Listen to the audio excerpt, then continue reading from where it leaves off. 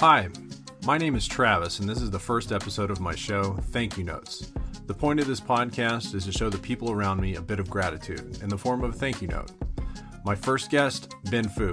He and I have been friends for over 20 years. He lives in Oklahoma with his wife and 2 daughters. He is an attorney, musician, Beatles fanatic, and an all-around great guy. He and I talk about his childhood, Oklahoma speech and debate in the late 90s, and a bunch of other stuff. He brought a beautiful thank you note for his high school debate coach, which resonated with me because of similar feelings I have for my own high school debate coach, Mrs. Rodgers. So let's get to my talk with Ben. Thanks for listening. Put the phone down. I have AirPods in. Oh, yeah. Do what you got to do. All right. So What's going welcome. Not much, man. Welcome to the inaugural episode of my podcast. Oh, wow. Yeah, man. No pressure.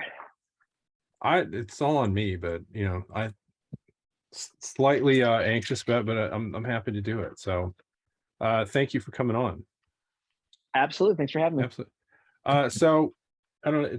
The gist of this podcast is to for everybody to write a thank you note. I've written one for you, and I've asked you to write one for somebody or something that you think deserves thanking. So let's start off. Did your parents make you write them when you got gifts when you were younger? That's funny. Not really. It's funny. My parents were immigrants, Chinese immigrants, and there's a lot of ritual around like gift giving and stuff, but it was typically handled by them. It's weird how many like adult aunties and uncles I know, I never got introduced to them by their English names. So I literally like don't even know a lot of their names, even though they're people I've known for decades, if that makes sense. And so it's a little more, and now this is not the common experience. I think it's just my parents were almost 40 when they had me. So I don't know that they were giving a lot back and forth by the time my turn in the hopper was happening. But Yeah. there wasn't a lot of, no, they weren't really, they were big on different, it was weird. They were big on different etiquette things, but not thank you notes, which is probably to my detriment because it's a bad habit of mine. So what were I'm not doing it. the other gratitude that you were saying, the etiquette things, that what did they stress then? Well, it was I was actually about not being offensive. So it was really more direct. Like, they had a weird hang up about like never getting into other people's refrigerators when you stayed there. They always asked for permission. They always, and I don't think it was like an Asian thing. I think it was just, my mom was both a little bit odd and Asian. But I think it was just, they were big on those things, like don't offend people and don't be over intrusive. And I think they thought a lot of gestures, probably some of our friends did, were, too forward. Like I said, my mom was big on everyone taking their shoes off when they come to the house, kind of thing. And so she had rules, and I think it's almost kind of her OCD, not necessarily the fact that she grew up in another culture or anything like that. I think that's her peculiar weirdness, which we all kind of have. So what would happen if somebody came over and just immediately went into Mama Foo's fridge? Would there be yelling, or No, she never pulled me invited aside over and again, or? Well, the best part, I think you've even been to this house way back in the day because we've known each other for so long. But her big thing was she's not okay with people standing and peeing into a commode. She's very anal retentive about like splash. And so on top of tell your friends to take their shoes off, there was a lot of, but put it this way, Trav, I didn't have a lot of people come over in high school because I wasn't comfortable with the whole, I'm going to tell my friends how to pee. It doesn't go over well. So, these were their weird things. But then they do odd things like, because like I said, I was their 4th kid. They were 40 when they had me. They were not that excited by the time, they were in their late 30s when they had me. But by the time, I was graduating from high school, they would ground me, but they'd leave the country for a month to go on a trip or whatever. So it was real up and down. I feel like I went to your house at some point. I do recall being in your mom's house once. It was after Long time freshman ago. year of college. It was after freshman year of college, or maybe it was during freshman year because you were home for Christmas. And Possibly. was it Nick? Somebody from Cassia, you came over with you. But it was like, yeah, it was like a quick 2-hour visit or something. I think I remember you coming over the one time.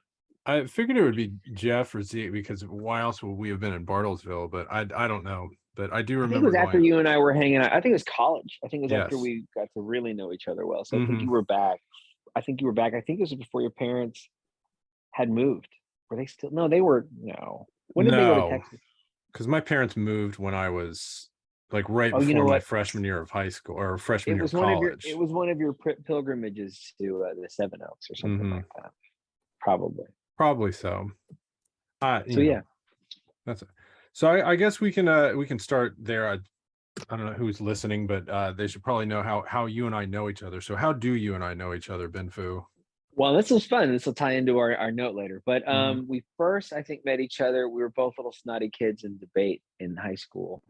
And I was from Bartlesville, and you went to Cassia Hall, and the schools kind of interacted through tournaments because we'd spend every weekend in Tulsa.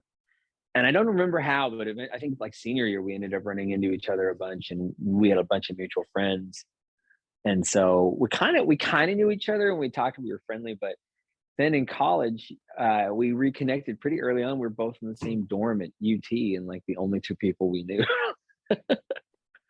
So And I'll stop you there because that's actually not true. You and I were not in the same dorm, at first, because I distinctly remember the day I was walking from a class back home, and I just randomly ran into you. I didn't know you were going to UT. was that right? Yes, and I was like, oh, and I knew you, and oh my God, Ben Fu, and then that's how we started. I don't know if you remember my first college roommate, but he was this weird I Satan do a little bit. worshiping computer guy. Yes. So I spent most of my time at y'all's dorm, but no, Mhm. I didn't live there. And then Was I it moved next spring door to semester you moved you. in? Yeah. Yes, and so That was a that was a great time. I still remember mhm, that freshman year. Like we ended up with a really random group of guys in a really weird annex dorm, yes, but everyone was like kind of cool with each other. By the end, at least, of the first year, I think everybody played guitar. pretty much, Like, except Ron. except Ron. That's right.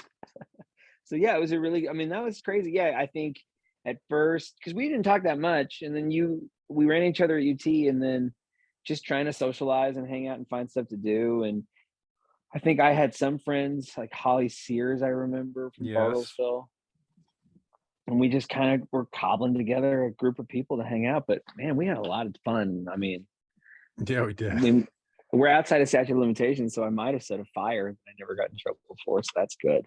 That's a. I can confess that now. I I'm have well outside charging. I have photo evidence of you setting a It fire. was a weird time, man. It's It really interesting was. because I was with my wife now. I was Hmm. the long distance guy. So I was the guy in the hallway telling her, you hang up first. So that whole thing was going on. Yeah. But at the same time, like once I went back to Oklahoma, my college experience was a lot of her. So my freshman, I didn't really get back out and socialize again till law school, not seriously. And so like I know, man. that freshman year was my first like big last like huge contact with just like a bunch of guys and stuff. It was a good time. Well, you had the You went fortune the of other way. You hit dating the your frat, and wife, then it was dating just your. all guys. Sorry, I cut you off. What did you say? That's okay. I said you went Greek. You went the opposite, and you were all guys for a while there. Well, all after that semester, you and I, like, ever that whole thing split up. Yeah. Like, what the Davids went their own way. You went back to Oklahoma. Aaron moved on to his apartment off campus, and then I moved to just a single room somewhere, and I was just like, well, guess we gotta start all over. And so I went Man, to that Greek that sucked. life, I and didn't think that's, about that. yeah, which had its own ups, trepidate. Well, the Greek stuff is, we don't need to get into. Talking about statute of limitations. So So what prompted this? What's the I impetus? the impetus for this is just I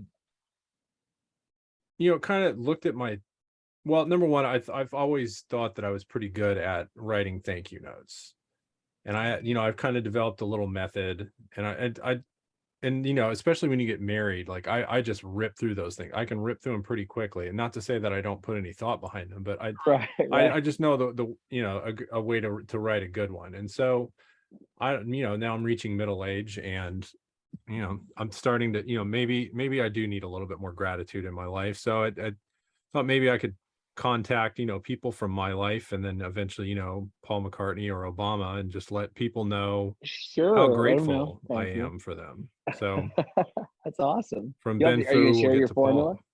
Yes. Okay, excellent. I'll share. Well, I've written one for you, and you can see the formula. And I tried to keep it kind of like the same size that it would be for like an actual thank you card, not Sure. like a novel or something.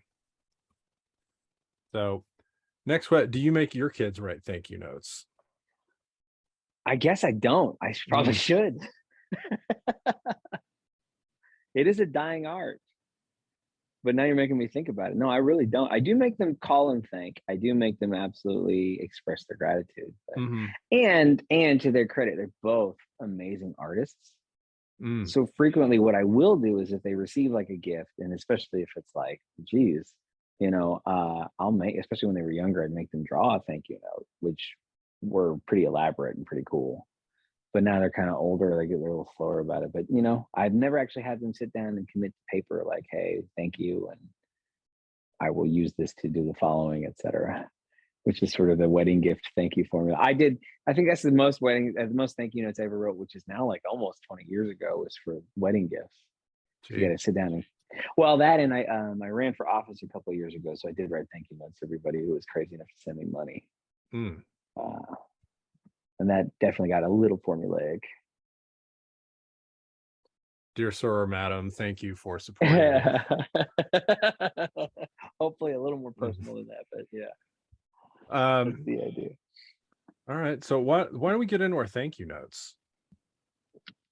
All righty. Do you want I can go first, or do you want to go first? It's up to you. It's let me go first because I'm going to be real nervous about hearing you say nice things to me. But um, this is kind of, it tracks back not only to what you and I were talking about, but to be frank with you, you've contacted me a couple times, and I keep kind of forgetting that we schedule a specific time for this actual conversation. Mm-hmm. So I was in the middle of talking about the person I was going to thank when you reminded me 10 minutes ago, hey, are you still available? Because so the person I'm going to thank is Linda Shipley. She was my debate coach in high school. And what's kind of ironic is my daughter Sadie is a sophomore, and she's just now started debate at Booker T. Washington. Oh no. Oh yes, Mm. and in fact, she got kind of drafted. The coach, I guess, knew me, and so was like, saw her last year. Was like, why are you not in my class? And so it's interesting because she was asking me today, because she's very competitive, so she was asking me, well, why. She asked me what was the debate like, because I guess again he mentioned something about remembering. I don't know, but she asked what it was like, and she knows I think very fondly of this teacher, and she just said, why, what was so great, what did she tell you that was so amazing? I said, it's not really anything she told us, it was really more. I told her, I said, Sadie, you got to understand how obnoxious people are. Anybody who's going to, a debate coach, in order to teach kids, it's not just dealing with the same kids for 4 years, which is already rare, and it's usually a she, but he or she is spending basically every Friday and Saturday with these same obnoxious kids, at tournaments, on top of teaching a full slate of job, a full job of like English classes and debate. And typically, in Bartlesville, where I went to school, they weren't very supportive of the debate team, no matter how well she did. And so they spent, years trying to chase her off. And so I was explaining to my daughter, like, you can understand, starting out there, that group of people who's willing to do that is already going to be interested in your success, because they're already broken in that way, Mm. that they want to help. Right. And so I told her, then you add on to the fact, she was very nurturing, not in the hugging everybody way, but in the, she pushed us, and she was pretty short with us, and uh she didn't really take a lot of our BS, but she could throw it back. And what was great about it was she just wanted to encourage us to just keep trying. And so, she asked, what's the formula? I was like, the formula is she just made us do it every day, over Yeah. and over again. And instead of telling us everything we should do, which is my worst habit when I teach, she kind of lets you find your own mistakes, and because you're going to learn better from it. But and I'm learning this with daughters, that you got to be patient enough to let them make those mistakes. It's really hard not to want to step in and kind of tell them what to do. And so, you contacted me about this, and it's coincidental because I'm still a terrible student. She retired. She went from Bartlesville to Bishop Kelly, and she retired from Bishop Kelly last year. And right around the end of the year, I got a note from somebody saying, "Hey, we're putting together a collection of thank you notes." And I was totally going to do one, and I am an idiot, and I flaked and didn't get it done. So this is tinged with a bit of guilt. And it's not to say I haven't spoken to her. I actually do speak with her. I try to speak with her, not as regularly as I should, but I certainly talk to her more than any other teacher I've ever had. She's moved recently, but like I said, I've had lunch with her. Actually, it's funny. Some people Amy Lavoie and Susie Wilson were here Susie moved back to Tulsa a couple of years ago, but we ended up all having lunch together before Amy moved. So it's funny because how impactful somebody is. It's not like we were 4 students she's had throughout her life. We were 4 people from the same grade.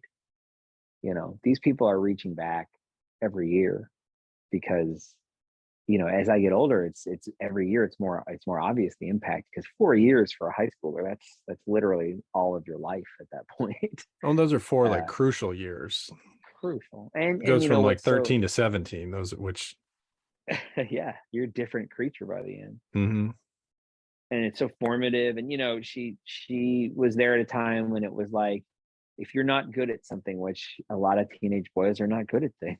Yeah. And you feel, every 15-year-old boy is mad at the world. I feel really bad for the ones who have reasons, the ones who've lost parents, or the ones who are dealing with stuff. That's just all that misdirected rage ready to point at something for a reason. And that's even more scary. And I think just having an outlet to succeed at something, it's funny, right? I know why people bemoan participation trophies, but I also get the sentiment behind it. And if you can convince somebody that effort pays out, it's amazing what they can do. But you don't ever want to buy it. You never want to have the participation trophy. So debate was one of the first times you could be a wise ass and get ranked for it. Yeah, and it's not only that. You take that 15-year-old boy that's mad at the world.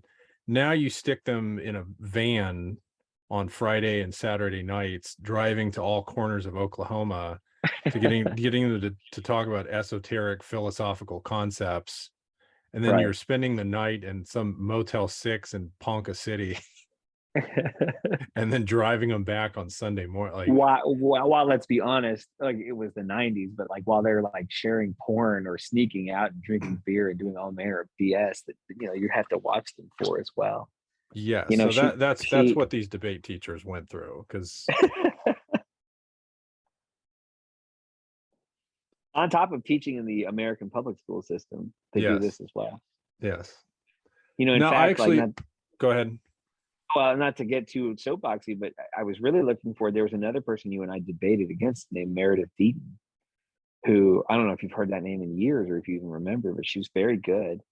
But she was a teacher at Booker T. Washington, and she was the debate coach until Sadie was a 7th grader. So I was really looking forward to her having that connection, because I've told her from the beginning I'd like her to do this because of the skill set she might get from But Meredith left Sadie's 8th grade year to Texas because of pay issues. Yeah, it's regrettable how hard it is already to be a teacher, and then people, I don't know, that frustrated me, because I know that the 2 of them would have enjoyed each other very much. I do remember her vaguely, briefly. I don't have any memory, but I do remember and it doesn't surprise me that she became a debate teacher. But exactly.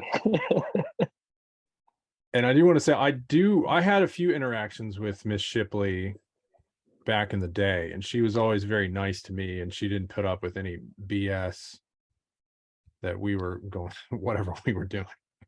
She came to the Casha tournament and helped us run it, and me and some of my friends were being jackasses, and she quickly put us in our place. But she was always very nice, and she was always had very good constructive feedback when she would be my debate judge. So I enjoyed having her around. Well, and think about what kind of jackasses we were. I mean, they let us have a lot of fun. Mm-hmm. They really did. And they let a bunch of geeky kids really feel kind of safe to kind of express themselves, which is really important. So do you want to read your note now?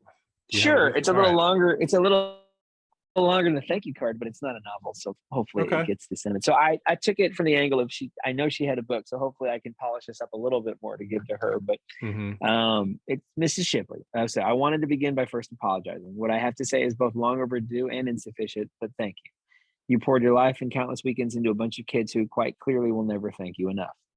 Looking back, I realized how significant it was to have a safe place to grow and develop confidence while testing out new ideas for 4 very crucial years in high school. Success in debate gave me confidence in myself at a time when I was not confident about the rest of my life.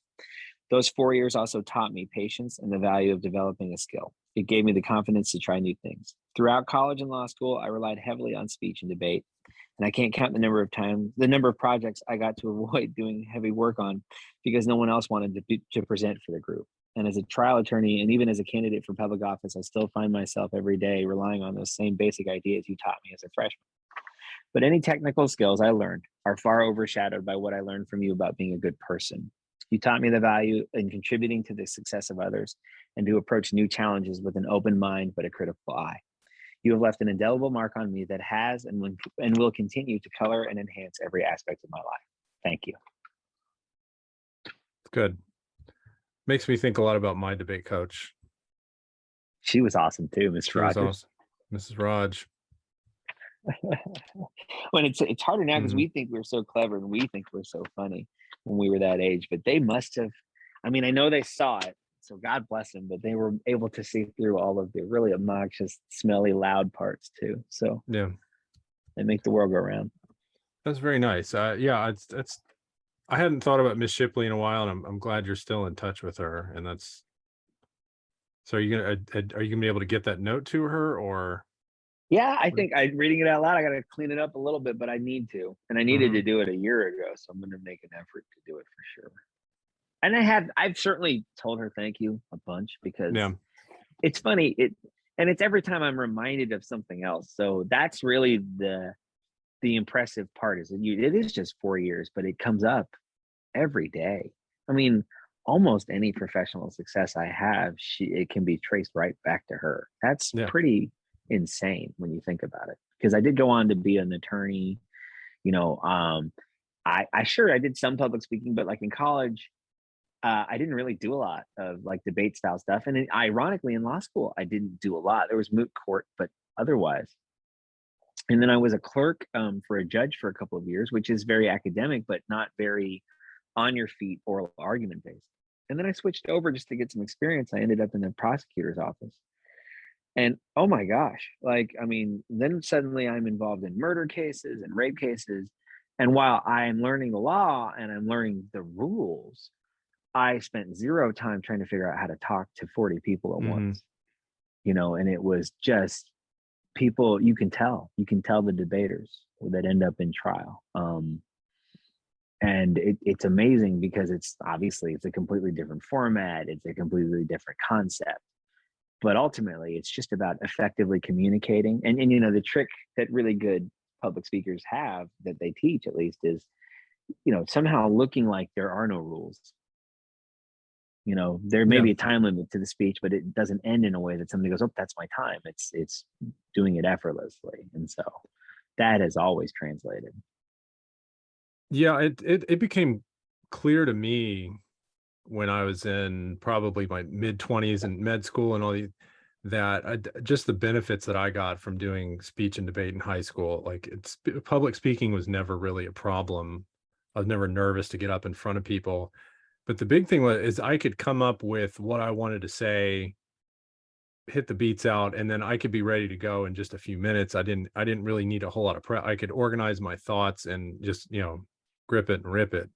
And that was exactly from the speech and debate. And, maybe it's hard to tell a 17 or 15-year-old boy that like, this is going to be a skill that, you're going to be using for the rest of your life. And it's going to make you stand out in a positive way. And so that is the magic trick that Linda Shipley and Rodgers and these special people in the world do, because they manage to tie the short-term benefits to such a long-term skill, right? It's just little pins and trophies. And I don't want to sound trivial. It wasn't like, accomplishment trophies. It was set up in a format to where we were focused on competing and we were focused on breaks and rounds, never realizing, that we're developing actual talents in the background. And then, I'm stepping away from it in college and realizing like, oh, because, I'd go back to judge, you go help, if you can. And you'd watch these high school kids, you're like, why are they fighting and arguing about this? Makes no sense.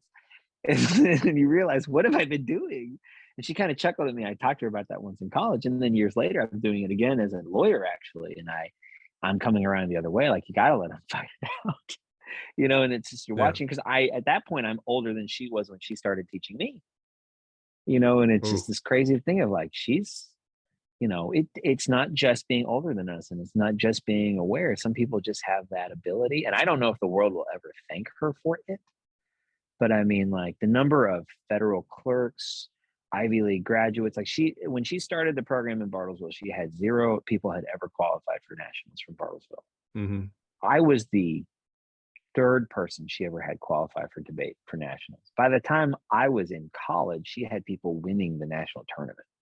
Wow. And that just kept going. Like, Amy Lavoie's little brother, he was 2nd.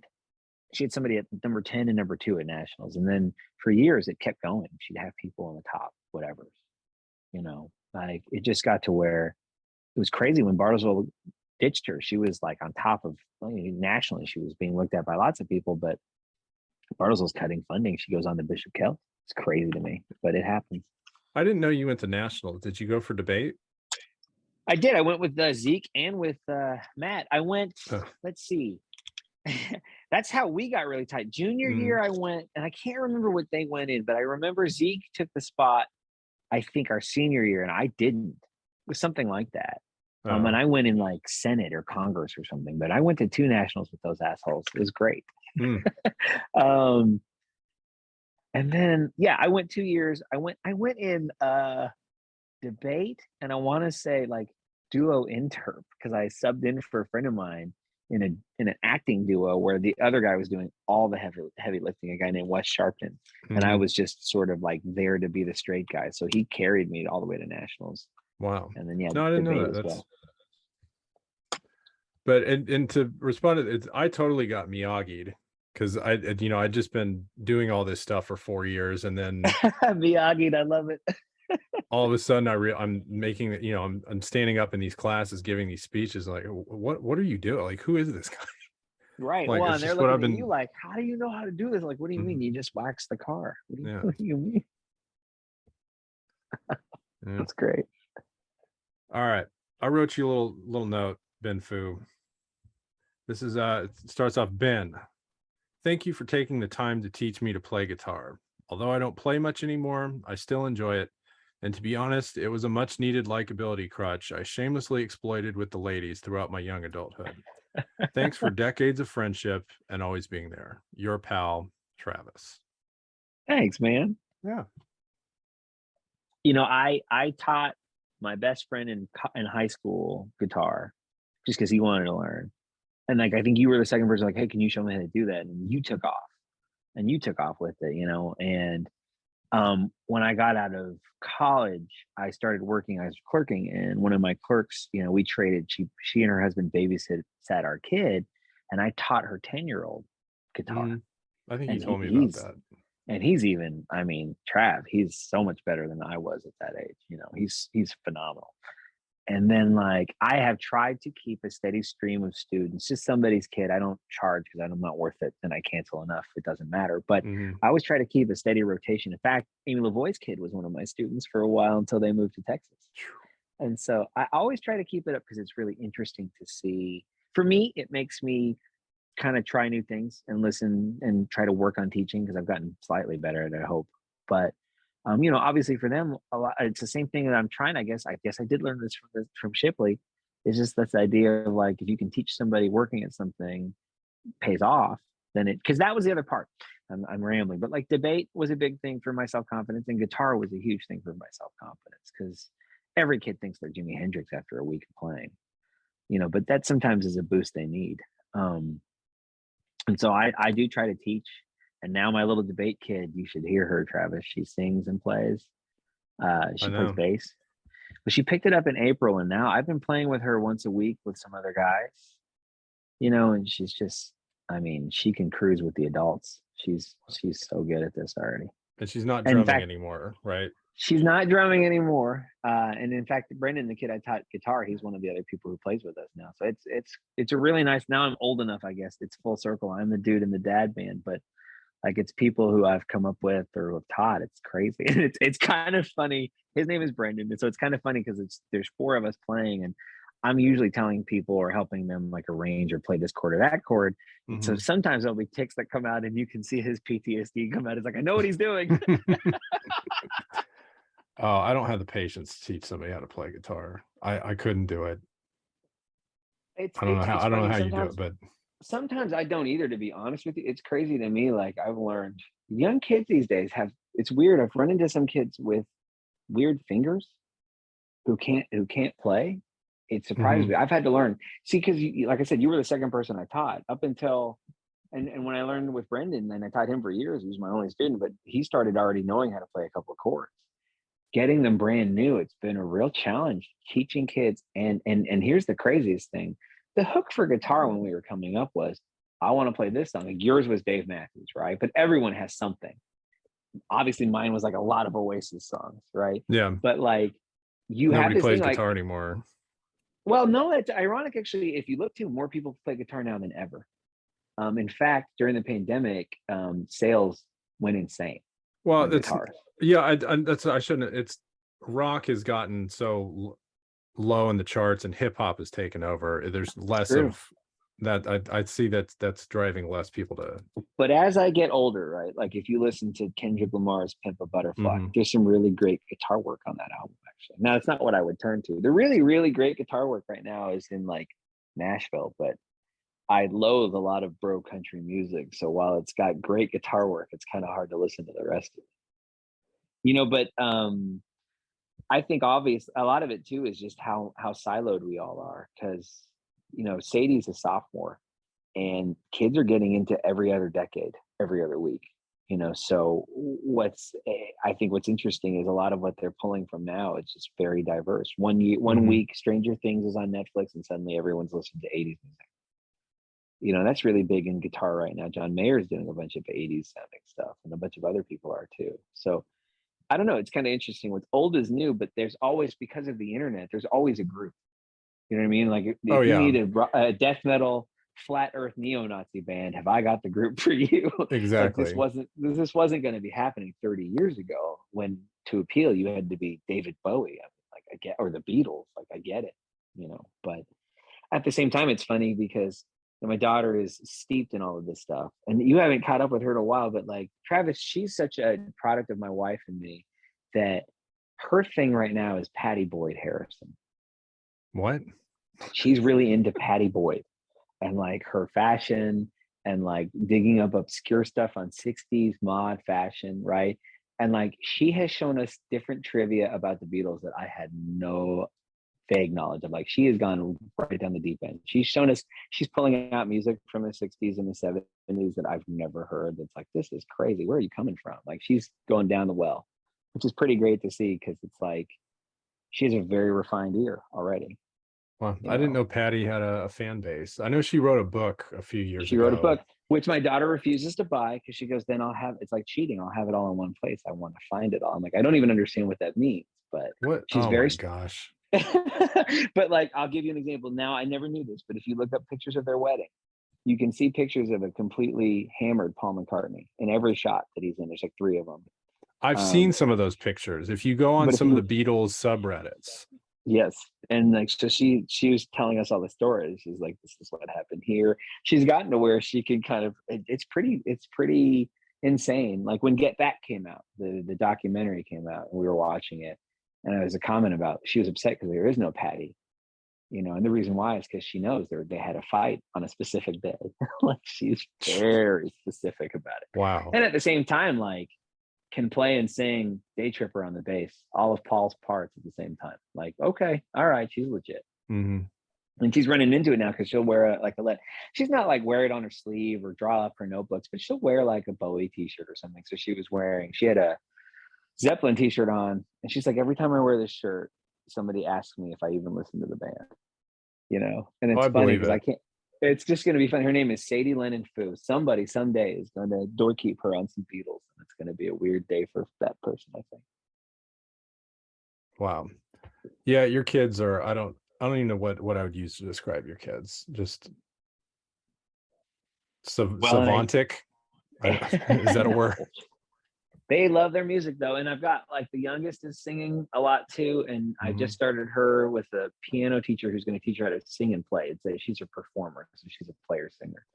So hey, man, my goal at breeding my own dad band, we're now into phase 3.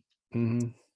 So maybe you and Jess can start a podcast, like how to raise the most impressive children ever. I think if you ask those kids, they're going to tell you maybe don't take our advice.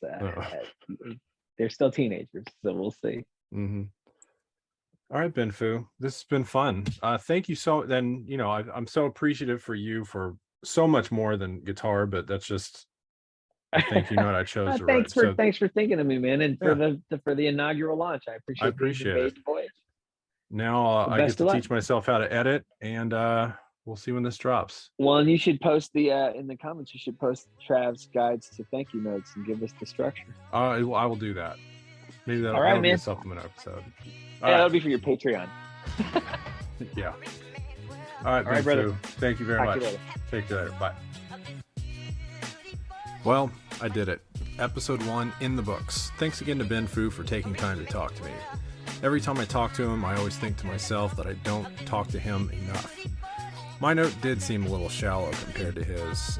I am all about expressing gratitude for anything, no matter the size or intensity. But come on, Travis, dig a little deeper. I'm going to use the beginner's excuse this one time. But Ben, thank you for being a friend.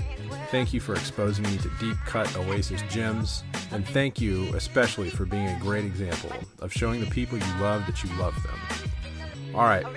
Please follow the show on Instagram @ThankYouNotesPod. Email me thank you notes. The email address is thankyouNotespod@gmail.com. I might read some of those on a future episode. Going to get to work on episode 2. Thanks for listening.